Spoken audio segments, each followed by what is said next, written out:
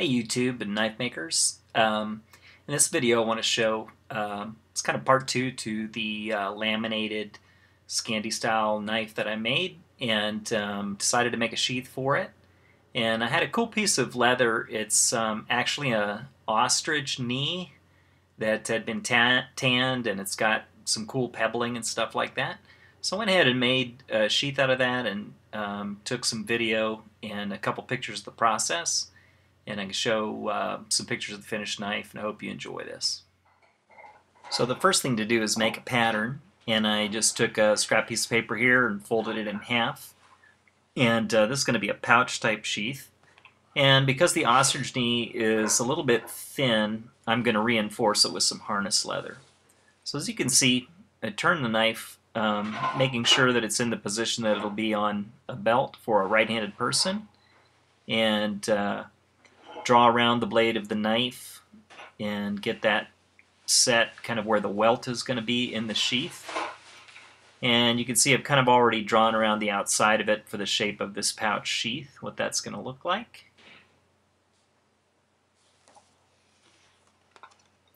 Right there you can see it, how the knife's going to fit in there, and there's kind of a stop for the ferrule when it hits down inside.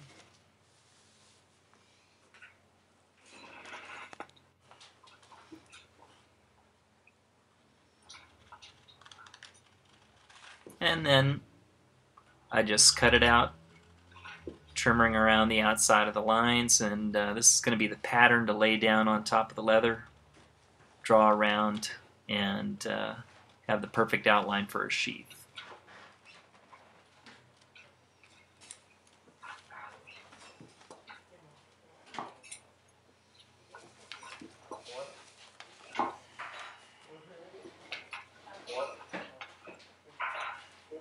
So I'm going to write front on this side just to make sure I don't accidentally lay the pattern down wrong, and back, because believe me, I've made lots of mistakes where I've made a pattern and then accidentally cut the leather out upside down and made a left-handed sheath. Now I'm going to trim away the part that's going to be the flap on the front of the knife.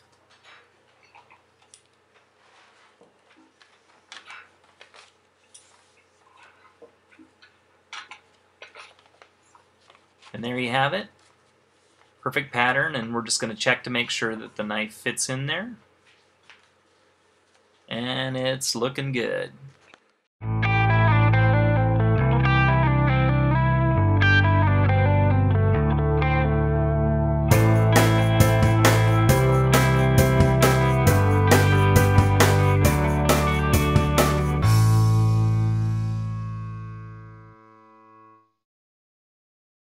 So now I've cut out a piece of harness leather for the back that's going to reinforce this sheath, and I'm just getting it wet with water and a rag to prepare it for dyeing. Let's get it nice and wet, that way it doesn't absorb so much dye. So now I've got it laid out on this board for dyeing. We're going to use this dye, which is 5-ings leather dye. I like this, it's an aniline dye and it works really well. So I'll just use a little applicator, and I'm going to put the dye on several different directions just to make sure that we've got the leather really coated. And again, this is going right on top of damp leather, which is not going to affect the dye at all. So I just spread it on liberally, let the leather start soaking it in. And I'll just hit it from several different angles and just get it good and saturated so there aren't any brush marks in it when it dries. This is really a good dye. I recommend this highly. I've used some other dyes that aren't very good. They don't seem to dye the leather well, but this stuff is amazing.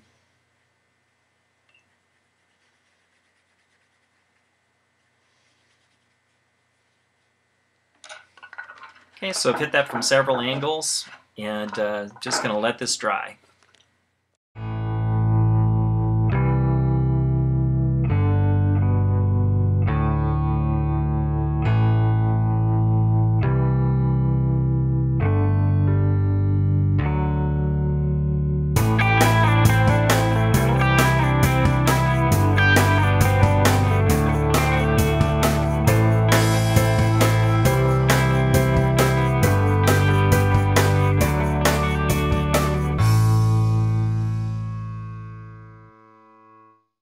So now I cut out some slots for the thread and just mark it with an overstitch wheel. Looks like that, so that my stitches are nice and even. Have my marks on there, and then I'll do it up at the top for the belt loop as well.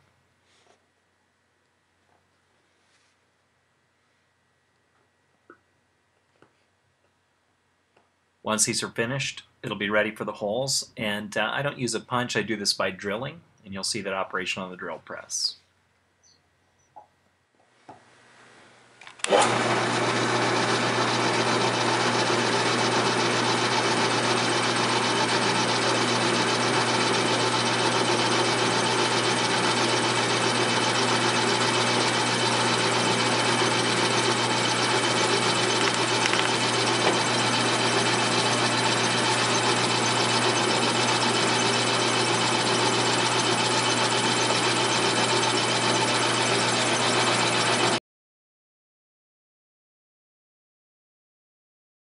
Now it's time to sew it, and I just use a simple um, stitch where I go through every other hole.